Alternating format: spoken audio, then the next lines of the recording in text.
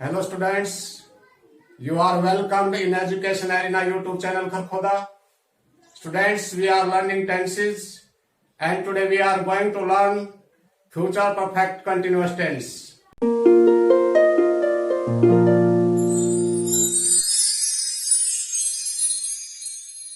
Students, इससे पहले हमने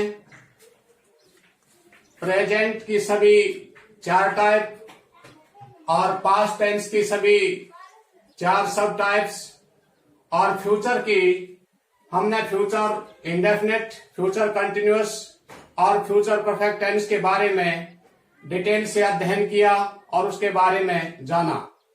तो डियर स्टूडेंट्स, आज हमारा टेंसों की श्रृंखला में ये अंतिम टेंस है फ्यूचर परफेक्ट कंटिन्यूअस टेंस।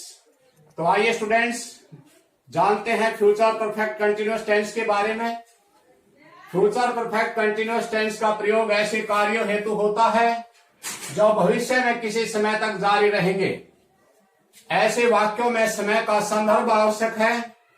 तो dear students, future perfect continuous tense का यूज उस सिचुएशन में होता है जब फ्यूचर में कोई कार्य जारी हो और उसके जारी होने का, उसकी कंटिन्यूअस होने का कोई समय जरूरी होता है। और इसकी हिंदी में जो पहचान होती है, हिंदी के वाक्य के अंत में समय से अर्थात से रहा होगा, से रही होगी, से रहे होंगे पाया जाता है।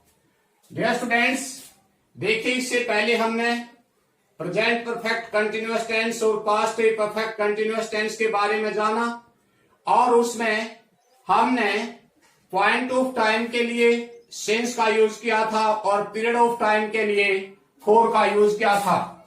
लेकिन डियर स्टूडेंट्स, यहां पर ये बात ध्यान देने की है कि फ्यूचर परफेक्ट कंटिन्यूअस टेंस में सिंस की बजाय फ्रॉम का यूज होता है, क्योंकि सिंस जो प्रेपोजिशन होती है, टाइम प्रेपोजिशन होती है, उसका यूज किसी पास्ट टाइमलाइन के लिए होता है, यानी पास्ट टाइम के लिए होता है। इसका यूज हम प्रेजेंट और पास्ट टेंस में कर सकते हैं।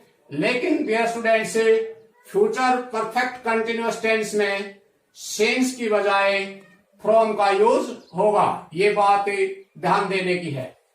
तो आइए स्टूडेंट्स चलते हैं इसके स्ट्रक्चर पर। सबसे पहले सब्जेक्ट, इसके बाद विल हैव बीन या shall have been, V1 plus ING plus object plus time. Dear students, हमने पहले भी फ्यूचर टेंस के बारे में पढ़ा है, तो वहां पर भी हमने सीखा कि सब्जेक्ट आई और बी के साथ शैल हैव बीन का यूज होगा और subject he, she, it, you, they, कोई भी प्लूरल नाउन है उसके साथ helping verb will have been का यूज होगा। तो आइए स्टूडेंट्स चलते हैं, कुछ एग्जाम्पल के द्वारा इसे समझने की कोशिश करते हैं।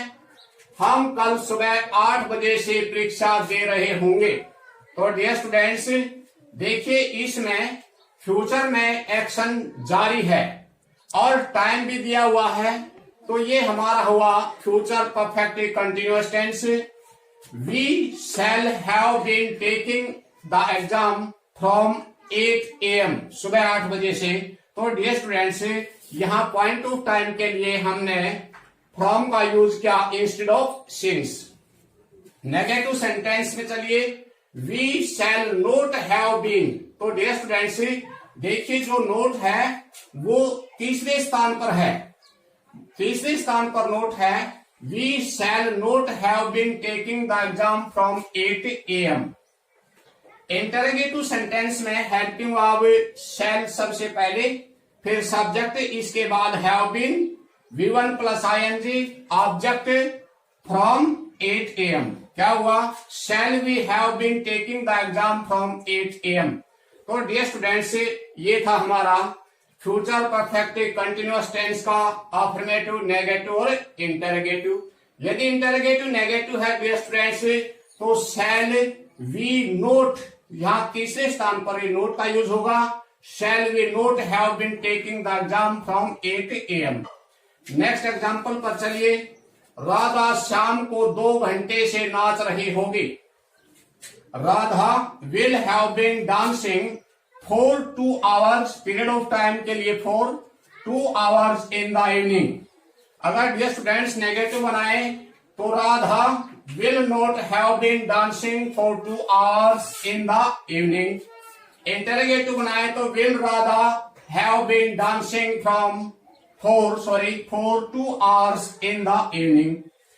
अगर हमने इसका इंटरोगेटिव बनाया, नेगेटिव बनाया, will Radha not have been dancing for 2 hours in the evening. Next example पर चलिए। मोहन अगले सोमवार से स्कूल आ रहा होगा। तो dear students, Mohan will have been coming to school from next Monday. तो यहां पर फ्रॉम का यूज हुआ पॉइंट ऑफ टाइम के लिए। राहुल कल से अंग्रेजी सीख रहा होगा। Rahul will have been learning English from tomorrow. तो डियर स्टूडेंट्स, ये था हमारा आज का फ्यूचर परफेक्ट कंटिन्यूअस टेंस। इसी के साथ हमारी जो टेंसों की श्रृंखला थी वो कंप्लीट होती है। हमने 12 के 12 टेंसेस को एक सीक्वेंस में किया है। Present indefinite, present continuous, present perfect continuous. इसी तरह से पास्ट को past indefinite, past continuous, past perfect continuous. और स्टूडेंट्स, फ्यूचर की भी हमने चारों सब टाइप को किया। Future indefinite, future continuous, future perfect continuous. Hope कि स्टूडेंट्स आप टेंसेस को अच्छे से समझ गए होंगे। Thank you.